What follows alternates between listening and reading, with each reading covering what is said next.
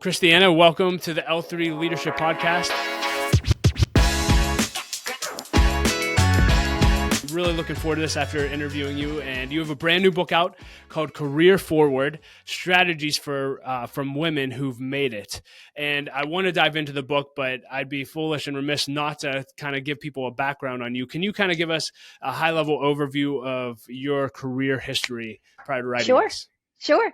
So I was definitely not the kid that you would have predicted to end up in the C-suite. I was the middle child of five, and I wasn't even the oldest girl or the oldest child. But I grew up in the Midwest and then California, and I always wanted to see the world and just had an aspiration to know what's out there and push myself and learn new things. And I think that's still the case. I mean, that's what led us to write a book, even after we're at a later stage in our careers. So I went to school in California, worked in financial services and investment banking for a while, went back to business school because I didn't like investment banking at all, and landed in management consulting with a firm called McKinsey Company, which is, one of the oldest, I'd say most prestigious firms in consulting, and was there for 24 years. So I was the first partner elected on a part-time program. I worked for almost 10 years. I worked 4 days a week only. And I was elected senior partner on a part-time program. And having paved that path and then being a partner after that for another 10 years, I was ready for a change. And one of my long-term clients was Nike Inc. My focus is retail, consumer, apparel, footwear, digital, all the fun things. And Nike heard that I was thinking about retiring from McKinsey, which you can do at a fairly young age, and asked what it would take to get me to come to Nike. And it didn't take much. It's a great company. It's a great brand. I admire Phil Knight, and I admire the people who've built Nike into what it is. So I moved over to Nike and was the COO and then ultimately the president of what Nike calls Consumer Direct today. And that basically means running all of Nike's retail and digital channels where they sell directly to consumers.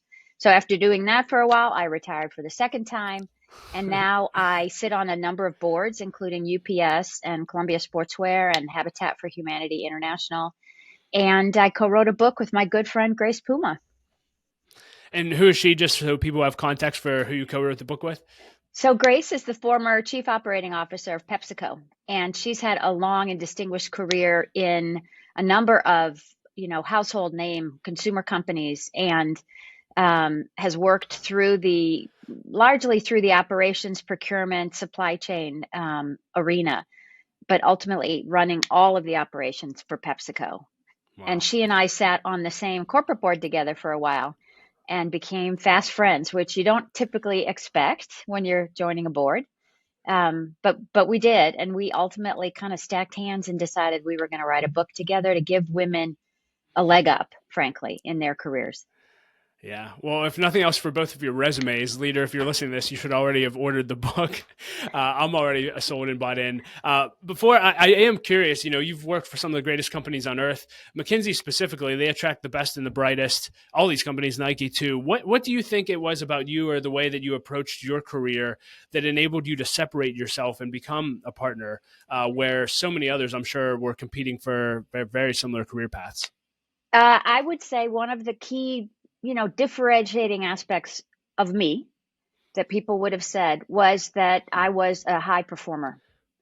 And I mention that because I'm not patting myself on the back, but I want to say that is a core precept of Career Forward, of our book, which is having a great career has to be built on the foundation of being good at what you do.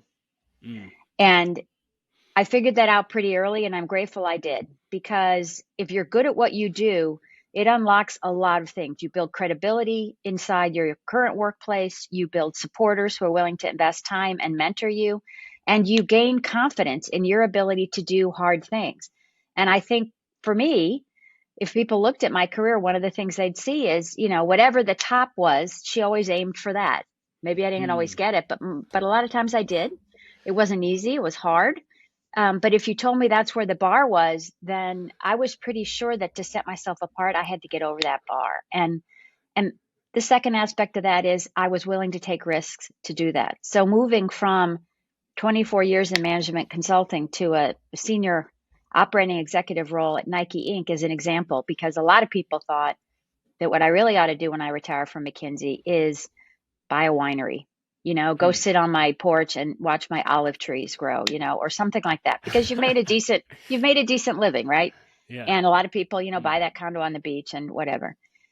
And instead, I dove right into the deep end of the pool, in a very different environment. And people view that as being exceptionally risky. But I think it was risk that was managed, right? I knew kind of what the upside and the downside could be, and I was comfortable with it. Hmm. I was mentioning to my wife, who is on a similar career path where she is, and she was just leading a panel of women in leadership at our conference. And she asked a few questions that I thought would be appropriate to ask you. She said, well, I guess one would be, did you ever fight feelings of self-doubt, feelings of being an outsider, feelings of insecurity, or feelings that you had to prove yourself? And do you Yeah. still struggle with those? But how did you overcome those while, again, so many other people were competing against you? So the answer to feeling self-doubt or kind of questioning yourself is yes, of course I did. Every Mm. time I got into a new arena, a new environment, a new company, a new skill set, right? Even as recently as writing this book, right? I have no background in authorship. I'm not literary. There's nothing in my history that would say I know how to put a book together, get an agent, get a publisher, etc. But Grace Puma and I, my co-author, figured it out. And that's part of what I think you have to do, because we Mm. talk in the book about very often the response to feeling out of place or maybe unworthy of being someplace you are or not fitting in is you either have that imposter syndrome sort of reaction or you have that fake it till you make it reaction. Those are two really different things, and we actually want to encourage readers to like pull those apart. We're okay with fake it till you make it, because fake it till you make it is a positive mindset that says, I am going to project confidence to those around me, even though I don't feel it yet. It's going to be Mm. contagious. Confidence is contagious. I'm going to project it. We would add to that. And by the way, I'm going to bust my butt to learn whatever I need to learn, so I'm not faking it here anymore. Right. So if I've Yeah. moved up to a new management level, I'm going to talk to my peers. I'm going to look at leaders I admire. I'm going to take leadership classes. I'm going to do whatever I have to do to learn how to lead in this new context. But in the meantime, I'm going to act like I know what I'm doing. That's a very positive kind of mind trick that you can do. Imposter syndrome is unhelpful. Imposter syndrome is Mm. telling yourself over and over again, I don't belong here. I don't fit. And after a while, you're going to believe it, right? And it's a very negative spiral. If you actually feel like it's not just that I'm faking it till I figure it out, but I literally don't belong here, then you don't have the confidence you're actually going to need to do well. So we'd Hmm. love to kill imposter syndrome and lean into fake it till you make it while working hard to figure it out. At Andocia, we help transform visions into results. What does that mean? We often work with companies who are doing amazing things that have incredible products and services, but fail to communicate what they do properly and market themselves effectively. We passionately serve entrepreneurs, business leaders, and visionaries to see what's in their heart and their visions for the future come to life. We do that by providing fractional marketing leadership and creative execution all in one. That's what we call VCMO. With VCMO, you get a marketing director and a team of creative professionals to help execute all of your marketing needs, all for one monthly cost. How do we do all this? We do it 3 ways. Number 1, we get your vision. We get excited about your mission and your trajectory as a company and come alongside to see you go further, faster. 2, we have a team of talented strategists and creatives to get all of the work done. And 3, we flat out work freaking hard for you and your company. Reach out today. Let's start a conversation. So good. I love the tagline of the book, Strategies from Women Who've Made It. And we were just talking, before we hit record, I was just asking if you do any, one-on-one coaching. And you said, well, it's really, really hard with your schedule. And that's part of the reason you wrote the book. And as you and your co-author were processing writing this, what do you all see as some of the biggest challenges facing women in the workplace today? I think part of the challenge is still always about history, cultural expectations, and whether there are enough women who've gone before you doing what it is you want to do. All right. There's still not that many fields where you're going to get to the level your wife is, SVP, EVP, and you're going to look around the room and it's going to be full of women, right? It's still not the case in many, many sectors, right? And there are also low expectations sometimes that are set for women by their own families, by their teachers, by their mentors, right? I think you have to come out of the gate swinging, right? Which is to have a faith and belief in yourself and to say that I am worth investing in and demonstrate that by performing. I'll come back to that again, right? Be good at what you're doing. Yes. Push yourself to always continue to learn and be better. And you will find that other people are attracted to help you be successful. And that's, I think, what the reality of what women are still going to have to do. And honestly, I say women, but we wrote this book and we're very surprised by our own editor at Scribner, who's a man, who told us he identified with a lot of these situations we talked about from earlier in his career. So basically, anyone that's junior, anyone that's new at what they're doing, anyone that feels like an other, right? Could be people of color, could be gender, could be whatever. You're probably going to find a lot of what we say helpful because it resonates in terms of being the only, being the first, or being different. Yeah. Any other advice? I'm assuming in the beginning days, McKinsey was probably male dominated. How, as a woman, what advice do you have for women who are in male dominated industries where they do go into rooms and they find themselves being the only woman? Yeah. Well, a couple of pieces of advice that I give women, particularly when they're the only or one of the few, right? The first is don't let that get to you. This, right? Because it's a headspace, right? That you're going to have to make sure you don't fall into, right? Project confidence, believe in yourself, right? Second, if you're in a room for a meeting, whether you are the only woman or there are only a few women there, make sure you speak up because you've got to remind yourself you're in that room for a reason, right? You were in that meeting, you were in your job for a reason. You got to step up and you got to contribute. And I learned that at business school. Because the grad school that I went to, 50% of your grade was based on class participation. And I came in as a pretty quiet person. I would usually read the room, maybe once in a while, I'd jump into a conversation. That was not going to help me pass a class. If half of my grade was participation, so I set myself a goal that I would speak at least once a day in every single class, every single week. And I got a passing grade every time in my participation, and I didn't have to worry about it, right? I think it's the same thing when you're out at work, right? If you sit in a room and you feel intimidated by a lot of people around you who either seem smarter or look different or have more experience than you, just remind yourself you're in the room for a reason and don't leave that room unless you've said something meaningful and helpful. Wow. It's such good advice. One of the chapters in the book is called Own Your Ambition. And I think somewhere in there you talked about practicing boldness, which is what I'm hearing from you. And it sounds like women a lot of times can shy away from owning their ambition. Can you talk more about that and why was that so important that you made it a chapter? Yeah, we did a lot of research for the book. And one of the things that we found was that earlier in their careers, if you surveyed women and men about what their career ambitions were and how high their aspirations were, they were very similar. In fact, a higher percentage of women were more likely to say that they had the ambition of being in a top job than men did. You roll that forward mid-career and it flips, right? And you survey and what you hear is something very different.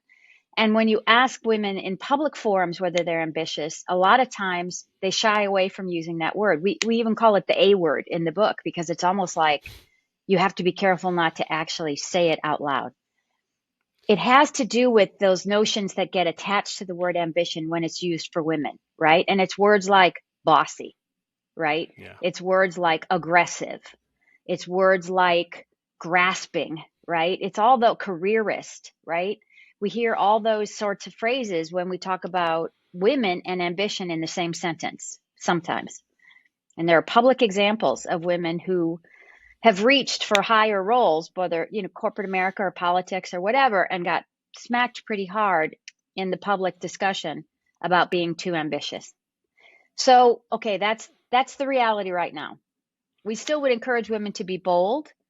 And what that means is speak up in the right places about what your aspirations are and use the word aspiration if that fits better than ambition for you, right?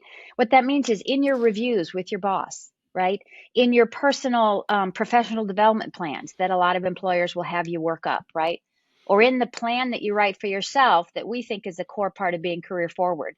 where you own your own ambition, get it on paper, because then you can start to express to people in a constructive way what it is you want to do and where you're trying to go. At the very least, own your ambition to yourself and acknowledge it. And I tell a story in the book that was really a light bulb moment for me. I was dating someone, a guy, who came from a similar background and in terms of management consulting.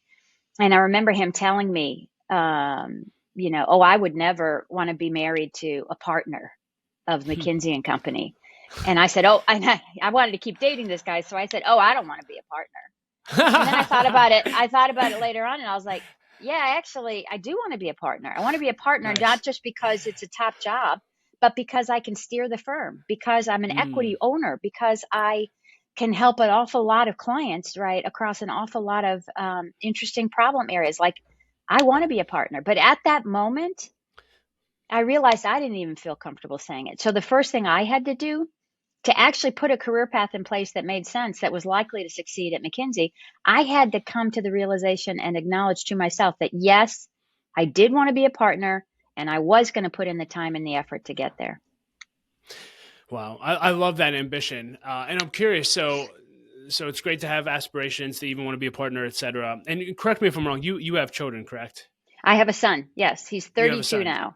Yep. 32-year-old son. So wonderful. So you have career ambitions, but then, hey, you get married, you start to have children. Like my wife still feels called to work, and like she still has that aspiration. You mentioned you were part-time, I believe, at McKinsey, working 4 days a week. Like what, just speak to this whole area of women who are working, have that high ambition, but also have a family at home that I'm sure is a huge ambition of theirs as well. Yeah. Big topic.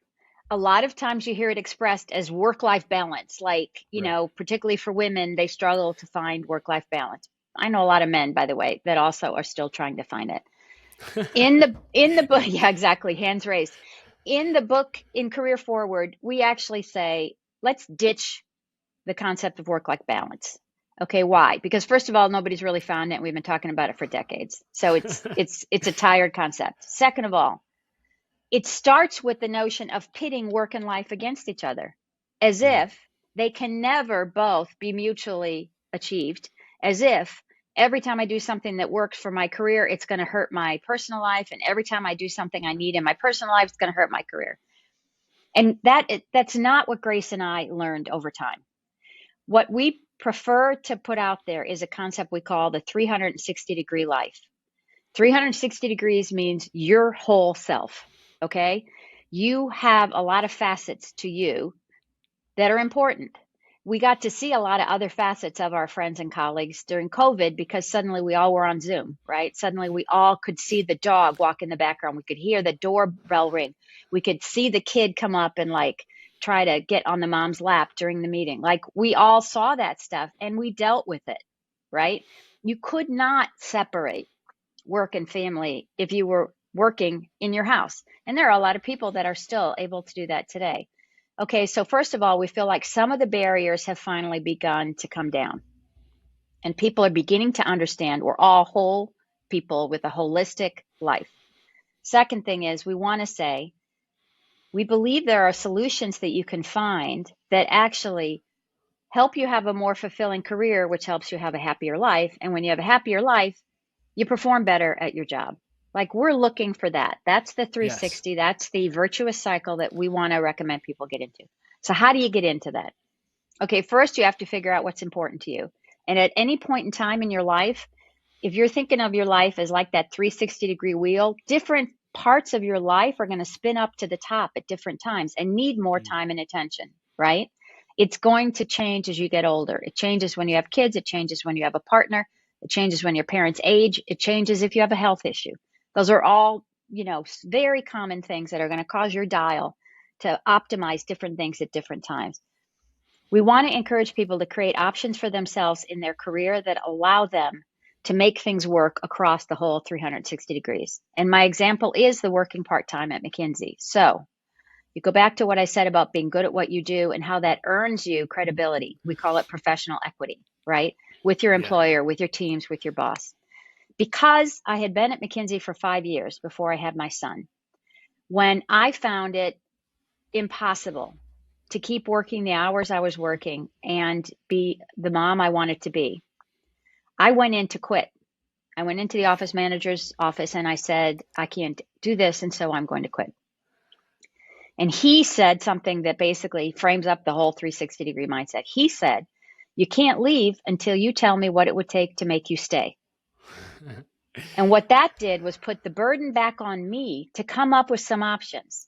Now, they could always say no, but it meant I had to problem solve because I knew my needs better than anybody else. That rather than wait for the firm to meet me and say, hey, here's a solution that we think will work, he was saying, you've got to be in the driver's seat. You've got to tell us what you need. We'll tell you if we can make that work. And so I went off and thought about it, and I came back and said, I need to have more time at home. I need to have less time traveling. I need to have a more regular schedule, blah, blah, blah. And so what I'd like to do is lock in on a Monday to Thursday, da, da, da, da. And I put together this whole thing. Fully expected they would throw it right back in my face. Instead, they said, okay.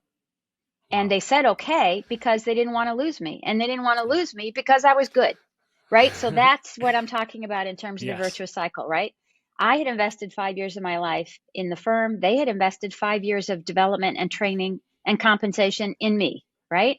So you start with that confidence, you build on it by performing, and you recognize that the ball's in your court to develop some options.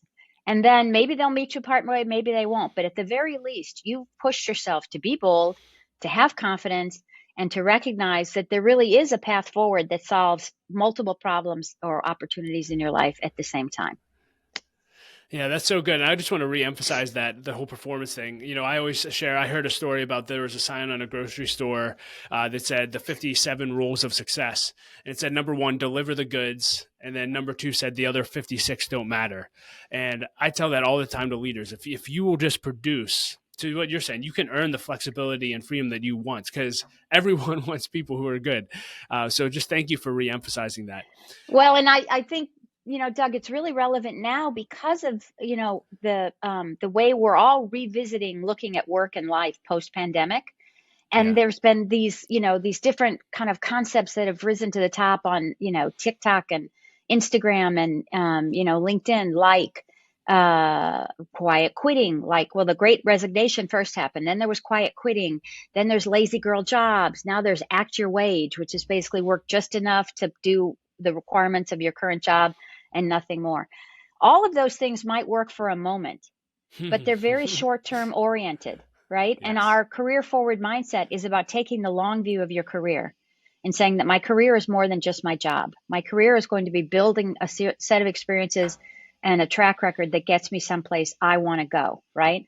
And the problem with any of these shorter term sort of approaches is when conditions change in the world, in your life, in the business environment, in the economy, that approach isn't going to work. And you're going to find yourself completely unprepared, right? Which means you could be the one that gets laid off.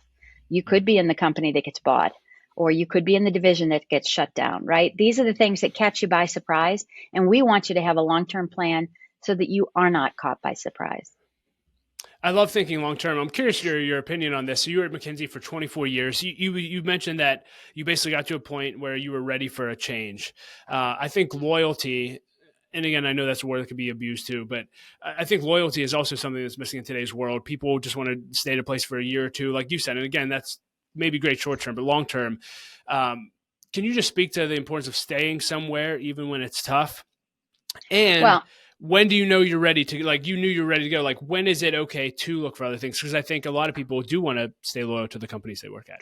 Well, Grace, Puma, and I are big fans of being loyal to your employer and loyal to yourself, and recognizing that being loyal to both means sometimes you're going to have to make a decision, right? We call those forks in the road. And every career, if you've got a long-term view of your career, you are going to come to a fork in the road. And a fork in the road is typically a should I stay or should I go moment, right? And we want to give you some tools to be prepared for that and then to respond in the moment when it comes up. Because there are forks in the road that you can see coming, which are you're maturing in your role, you're not seeing anybody ahead of you get promoted, you're starting to feel like you're stagnating. You begin to think about whether it's time. That's a fork in the road that we would, if you take a long-term view, we would say you can see that coming. Then there's the forks in the road that just happen, right? Your company gets sold, right? There's a layoff, and unfortunately, you're one of the ones, right? Mm-hmm. Those things present you with a choice too, where it's not so much should I stay or go, it's how do I respond? What do I do in this moment when I feel like I'm going to freeze, right? And what we think is super important is that you always stop and take a breath and think. And you're going to see in Career Forward, we're always a big fan of taking a fact-based approach to career decisions. And what that means is get as much information as you can about the situation. So if you're at a fork in the road where you've been in a company for a while, you're performing well, you're getting good feedback, but you're not getting traction. You're not actually seeing yourself get invited to the meetings you want to go to. You're not seeing yourself being asked to lead projects, special projects that you think you could do a good job on. You're seeing some of your peers get promoted, and maybe that's not you, right? It's time for you to figure out what's going on, right? And what that means is you get all the feedback that you can from your peers, from your teams, from your bosses, from your mentors. And you take that feedback and you take what you're thinking about as your long-term career, which we call it your career GPS, right? We're going to encourage you to think every year about what you're trying to do, where you want to go next. Put those two together and create a set of options for yourself. I could tell my boss that I want to get a managerial position in the next 12 to 18 months and explain why and see how that conversation goes. I could begin to put feelers out in the recruiting community. I could, put options together and then decide which options you're going to pursue. That's what we think you need to do at a fork in the road, because then you're doing it, you're keeping your own power. You are on your front foot. You're still taking a long-term view of your career, but you're recognizing that with the facts you have at hand, there's probably only a set of particular options that make sense for you to do next. And then you choose the option, and sometimes the environment will influence the option, but you've put that set of options together. You mentioned the importance of getting feedback, which I love, from your peers, from your bosses. I'm just curious, in your career, I'm sure you had a lot of bosses that probably had a lot of candor. Were there one or two pieces of advice that you got throughout your career or feedback that changed everything for you or really helped elevate you to that next level? Yes. I can give you a litany, Doug. So this is why feedback is so helpful. It's so helpful, and it's sticky. Feedback is sticky. Yes. If you actually listen with an open mind to what people are trying to tell you, it will stick in your mind. And then the ball is in your court. I keep saying this, right? The burden is on you to respond to it and to put action plans together to address it. So some of the earliest feedback I got when I was still an individual contributor, this was when I was an associate in investment banking, was I had made a mistake on something. It was an avoidable mistake on a model. I was going fast. I did something. I turned it into my boss. He found the mistake, and I tried to blame it on this more junior person that was on my team, that she didn't catch it. And he said, Christiana, just say you screwed up and move on. But if you don't say you screwed up, I'm just going to be sitting here the whole time thinking less of you because you wouldn't tell me that you screwed up.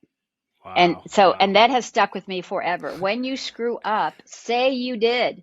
Don't beat around the bush. Say you did. Make a legit attempt to fix it. Do whatever is in your power to fix it. And people will move past it with you, right? Works in your personal life, works in your professional life. That's one. Another one, later in my career, my first role managing others. I had 2 associates on my team, and I was still not confident in my ability to pull back from their work because I wasn't the one doing it anymore, but still vouch for it. So I looked over their shoulder all the time, right? And nitpicked everything they did and whatever. And it was 2 guys, and they both sat me down at one point, and I'm grateful they had the nerve to do it. And they said, Christiana, this is not helpful to us. Like, first of all, you should tell us what we're doing right versus spending all your time telling us the things we got to fix.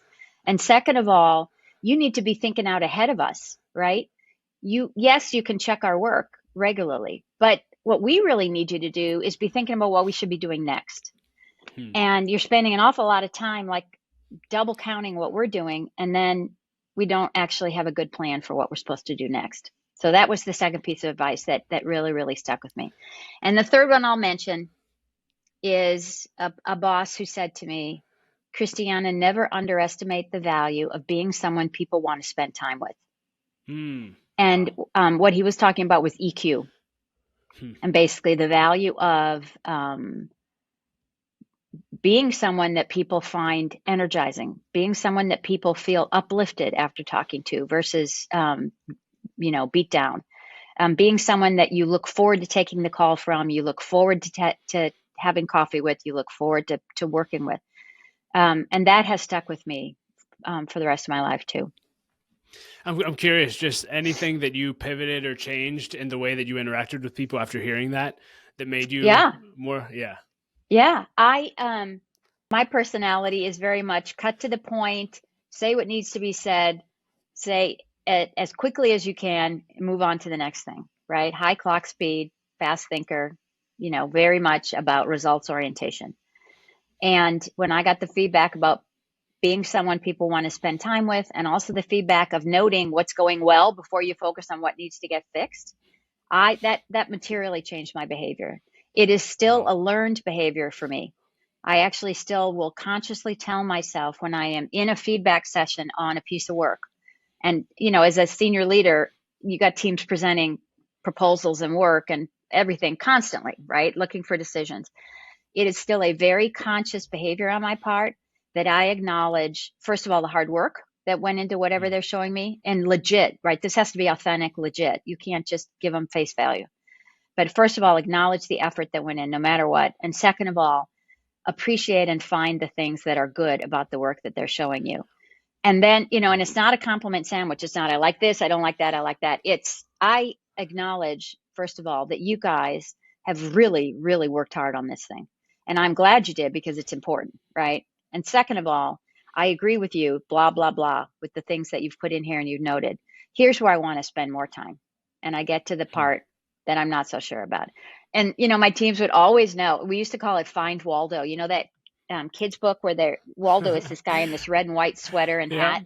And you have to look at this incredibly complex picture and you have to find Waldo. My teams used to always joke that I would always find the Waldo, like the one thing that, but whereas I used to go in and just poke them on Waldo right away, what I do now is step back and say, hey, holistically, I want to leave them in a better place than they were before. So we're going to acknowledge this part that has to get improved, but I also want them to keep doing the stuff they're doing that I like. So I'm going to make sure that they understand my support for them. Yeah, thank you for sharing that. One, I just think it overstresses the importance of getting feedback so we can see how we're being received. But two, I think so many times leaders will just put themselves in a box and say, well, I'm just not good with people, or hey, I'm just direct and that's the way I am. And they're never open to actually changing and growing. And as a result, they cap their growth. And so kudos to you for doing the hard work. Doug, you just said the line that makes me crazy is the one like, this is how I am, so I can't be different. And I'm like, really? Are you exactly the same now as you were when you were 6, when you were 12, when you were 24? No. I mean, of course you're not. And honestly, we're not asking you to change who you are. You got to be authentic. As a leader, teams can tell right away if you're not coming from a place of authenticity, right? What you've got to think about changing is your behaviors. And we absolutely control our behavior. Yeah, I am curious. So you've always been a top performer. You're now on boards. You've been in publicly traded companies. There's a ton of pressure that comes with all of those things. And then as a mom, you also have the pressure at home to be a great mom and all these different demands on your life. How throughout your career have you handled both the pressure of leadership and even the pain that can come with leadership, just with situations that come up, and not break mentally? Yeah, I would say that taking care of yourself as a leader, both emotionally, psychologically, physically, is really important, particularly the more senior your job or the more difficult the times that you're working in. And, we talk in the book about the importance of self-care and about the importance of getting a support network that you can rely on, right? And so you're right about leaders facing hard times, separating someone, right? Firing someone, there's a rare instance where you're firing someone who was just terrible. Maybe it was for cause, right? A lot of the time, it's just this isn't the right best place for that person, and that person isn't the right best one for the job, right? And you're not ever going to feel that good, nor should you, about those conversations. So you gotta be a human being about all of that. And I will definitely say there were times when I brought a lot of work stress home. But physical activity really helps me a lot. I know a lot of people who either run or they like to do CrossFit, or they do whatever they do, because that does get you out of your head for a while. Meditation is another really good one. It sounds woo-woo to some people, but I'm watching some friends of mine who are very senior people, and they are committed in the morning to taking that 20 minutes first thing and meditating, and they are some of the most balanced human beings that I know. So you're going to have to figure out what it is. But we also note that sometimes a lot of that stress is self-imposed because you think you have to do it all, especially for women. You think you have to do it all. And so what we want to encourage people to think about is, what does your personal support system look like? And how over time do you put that in place? And, one of the things I heard when I was a new partner, and therefore my comp took a nice step up, was, hey, you're starting to get to the point where you can afford to pay people to do things you don't want to do. I couldn't pay people to do everything I didn't want to do, but I could pay them to do some things, So for instance, cleaning my own house, like I grew up cleaning my own house. My mom had the 5 of us deployed every week to clean zones of the house. Like I know how to clean a house. And I also am a clean freak. Like I really actually want to know that it's clean. I realized that there was no way that I could keep doing the things I was doing as I got more senior and have a clean house. So it was either like come home every night stressed because the environment around me feels cluttered and not kind of zen the way that I want to have, or suck it up and pay somebody, to clean my house and be deeply appreciative that they're willing to do it, and for a lot of women, they're going to feel for a while, particularly with childcare, because it is so expensive. They're going to feel like they're working just to pay for the childcare.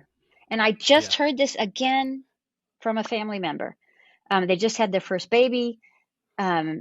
He's 2 months old, starting to get to does mom go back to work? Does she not? And they're living in a very high cost part of the West Coast. And, pretty much I'd be working just for the childcare. And I say, you're also working for you.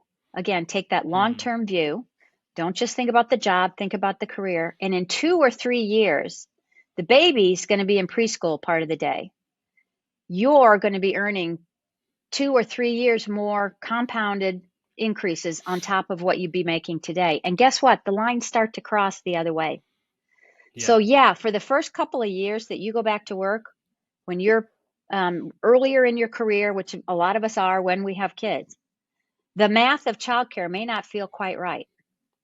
But if you can afford it, invest in yourself and think of those couple of years as an investment in yourself, your family, and your career. Because within a couple of years, faster than you think, right? 3 years, the lines flip. But if they don't, one of the things that we did the research on and we have the data on is if you step out of the workforce for some period of time and your income falls back, you never catch up. You never catch up. Wow. And for a lot of women, by retirement age, they are missing about $500,000 in aggregated comp. And think about if you invested $500,000 over the course of your career and now you're getting ready to retire, you have a very different retirement than if you had not kept working, right? So we really want, again, back to that long-term, take the long-term view. Don't just think about what happens in these next 12 months. Think out a couple of years, think out 3 years. You don't have to go further than that, and recognize that you could get yourself to a very different place. Yeah, such good advice. I don't think I shared this with you. So we have 4 kids under 7, which is insanity right now. And this year we actually just finished our peak cost for daycare, which is our tax guy looked at our daycare bill and he said he threw up when he saw what we paid. But to your point, it's interesting too. Now, again, my wife's a top performer, but every kid that we had, we weren't sure of, similar conversations like, hey, can we do this? What should we do? And and I don't know if it's coincidence, we're people of faith, so we believe it's God, but like every child, she had gotten an increase that literally covered what we needed to cover the next kid. And it was just amazing. And now that we're starting to see the other side, it's like, oh my goodness.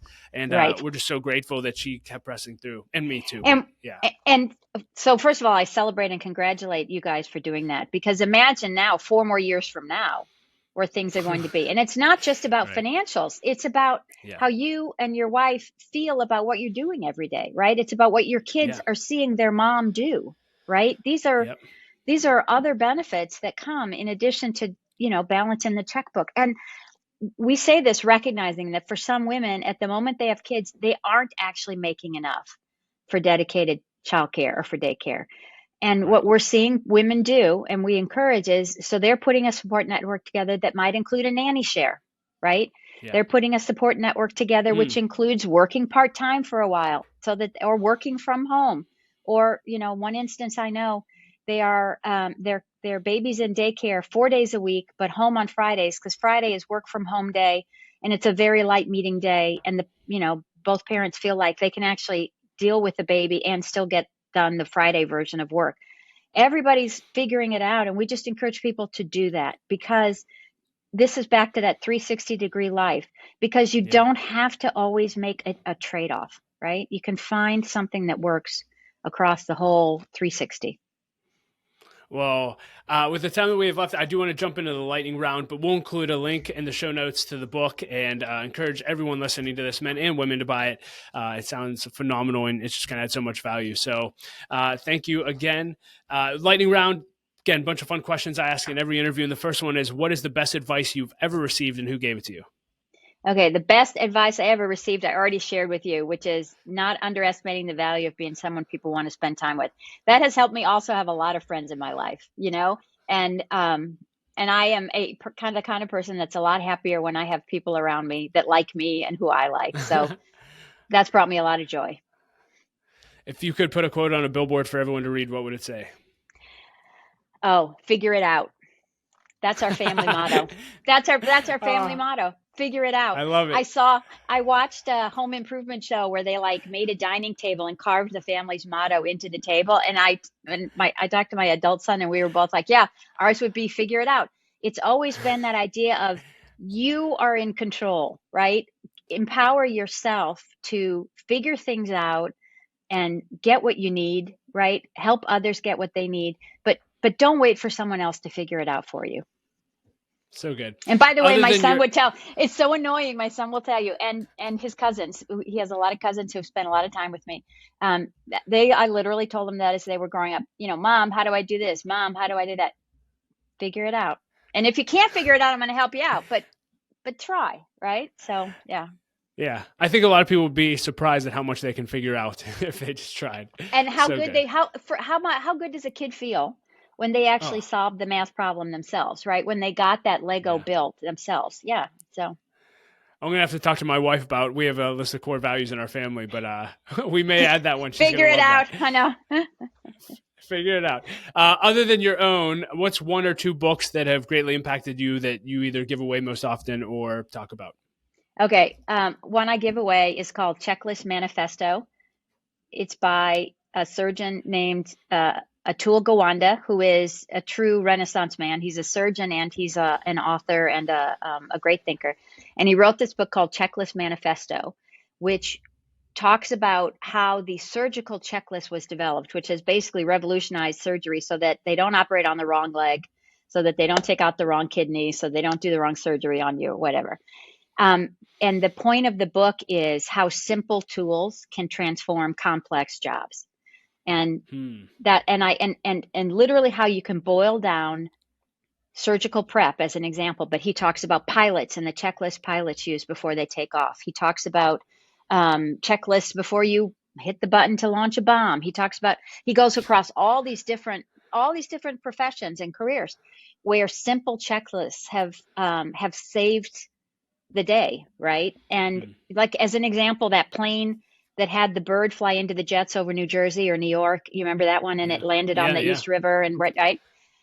Those pilots had been trained so rigorously in that flight checklist that you go through when there's an accident, when something like that happens. You can hear them on the audio go through it, and it keeps Wow. them calm, and it gave them the presence of mind to land that plane on the water.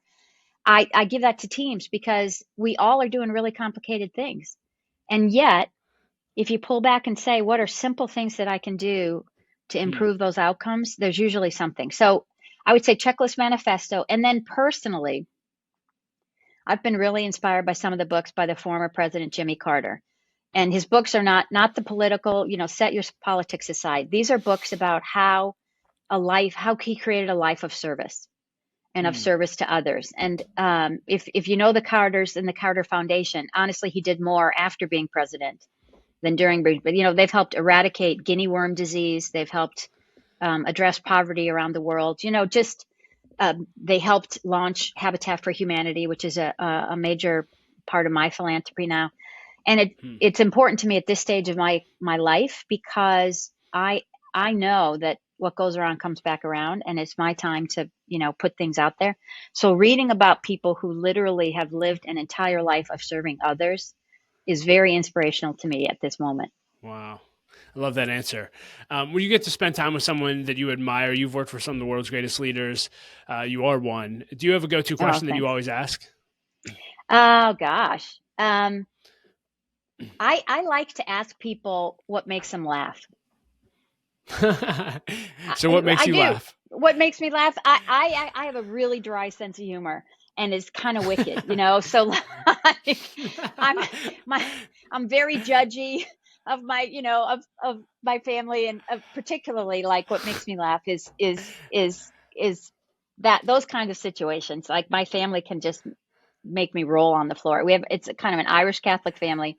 Everybody's got a super dry sense of humor, and we laugh a lot. And I honestly, I connect better with people who have a sense of humor. I think it's important to bring humor to work. It's important to bring humor to life, because otherwise life can be so hard, and it's so serious. Yes. So I really like the idea of injecting a little humor into life. And actually a good friend of mine who's a professor at Stanford Business School wrote a whole book about it. She calls it Humor Seriously, by Jennifer Acker. Wow.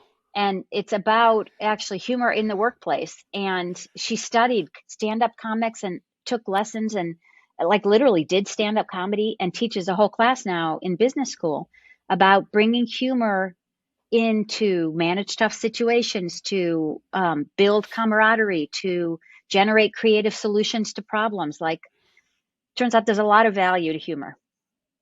Wow. I've asked that question over 400 times, and no one's ever asked that. So I love that. On the opposite end of humor, what's your greatest leadership pet peeve? My leadership pet peeve. Oh, people who are bullies. Leaders who Yes. intimidate others is how I would describe it. Because I was just talking about this yesterday. I realized that unintentionally, as you become more senior, you intimidate people by virtue of your rank, right? So Wow. Yeah. when I made partner, when I was vice president, when I was president, like every time you walk in the room with that title and that responsibility, people know it already, right? And they're already somewhat like nervous. And so I would go out of my way not to be intimidating, because I remember being more junior and not appreciating that, and you don't need to speak harshly to somebody. You don't need to cut them off. That's a big bullying behavior, is interrupting, right? And not letting people finish their sentence. I used to do that unintentionally just because I was like moving on to the next topic. And I realized that to a lot of people, that was actually an intimidating behavior because you were overriding their voice, right? So that's my biggest pet peeve, is when I see leaders who I think are just kind of knuckleheads, kind of buttheads, and they don't really need to be. And I just want to tell them to like lighten up, listen more, talk less. Yeah. It's interesting. I don't consider myself a bully, and I think I'm pretty self-aware around that. But when you said the interrupting thing, and again, I don't do it to intimidate people. It's just my mind. Like when you were like, "Hey," I'm thinking, okay, that may come off as intimidating when I interrupt people, and I don't do it like you said. I don't do it intentionally, but thank you. That just is challenging me in my leadership of just fully listening, being fully present, and letting people finish. Thank you. I'm still working Two more on it, Doug. So okay. Well, it's good to know. I'll probably be working on it for the rest of my life. Two more questions and then I'll just leave it open-ended. But if you could go back and have coffee with yourself at any age and you would have actually listened to yourself, what age would you meet with yourself and what would you tell that version of you? I would meet with myself in my late 20s and I would tell myself it's okay to say no. Wow. It's okay to say no sometimes. Because I felt like I had to do it all. I felt like I had to say yes to everything that was asked of me. And I didn't want to be the naysayer. I didn't want to be the can't do it person. I wanted to be the can do it person. What I tell people now is find a way to say yes to what you can do. And implicitly, you are saying no to the things you can't or won't or don't want to do, right? And it changes the conversation. So if someone says, I need you to stay late tonight, Christiana, we gotta finish this up by tomorrow. I need it at my desk at 8 a.m. You can say, no, I can't stay late tonight. Or you can say, I can take this home, or I can stay an extra 90 minutes and I will get this as far as I can. Those are all things that are saying this is what I can do. And by definition, if I didn't say I can do it, I can't. But it's that figuring it out kind of mindset, which is I'm going to give you options. You just asked me to do something. That exact way you're asking me isn't going to work for me. I wish I would have known then. I did figure it out that what I could do instead is say, here's what I can do.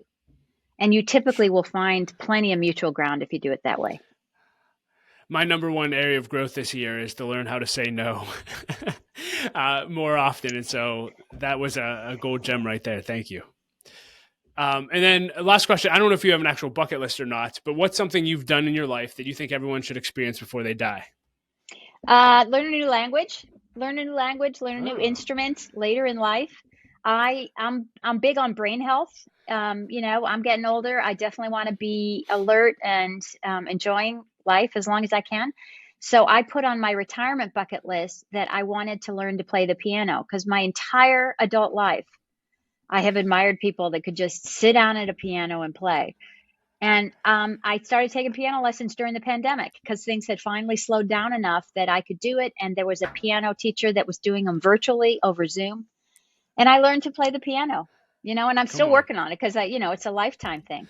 And I'm working on learning Italian because I'm going on a trip to Italy and I want to at least know enough to get myself around and order off a menu and, that kind of thing. So, that's to me, that's bucket list stuff, right? Which is see something new, learn something new, do something new. Yeah. And it's so funny. Literally my wife, like her number one thing that she wants to learn, but doesn't have time for, she wants to learn how to play the piano. So it's just funny. Tell her she can do it. You can do Zoom piano lessons now and you set your iPhone up on a stand and it shows your keyboard and the teacher's on. It's awesome. I never would have made it if I had to show up in person or be home at a certain time to meet a teacher. My life is too busy. But yeah, I'm learning how to play. I'm so not good at it. And I love it so much. That's so fun. Well, thank you for sharing that. And thank you for this conversation. We covered a lot. Is there anything else as we close that you would want to leave leaders with today? I would want to suggest that if people, first of all, want to get the book, it is available on Amazon.com. But honestly, any place books are sold. The audiobook is out. The ebook is out. You can get your hands on it anywhere you want. Secondly, if you want to learn more about my co-author Grace and myself, where we're speaking, what we're doing, you can go to our website, which is careerforwardbook.com. Wonderful. Well, thank you again. Thank you for everything you're doing for women in leadership and leaders worldwide. We really appreciate it. Thank you. Appreciate the conversation, Doug. Well, hey, leader, thank you so much for listening to my conversation with Christiana. I hope that you enjoyed it as much as I did. If you'd like to connect with her, you can find all of that information and links to everything that we discussed in the show notes. I also want to thank our sponsor, Andocia Marketing Solutions. They are the producers of the podcast, and if you are looking for help with your organization's marketing, I cannot recommend them enough. They're incredible. Check them out at Andocia.com. That's ANDOCIA.com. And as always, leader, I like to end every episode with a quote, and I'll quote Stephen Covey, who said this. He said, "What you do has far greater impact than what you say." So good. That's going to wrap up today's podcast. As always, leader, remember, don't quit. Keep leading. The world desperately needs your leadership. We'll talk to you next episode.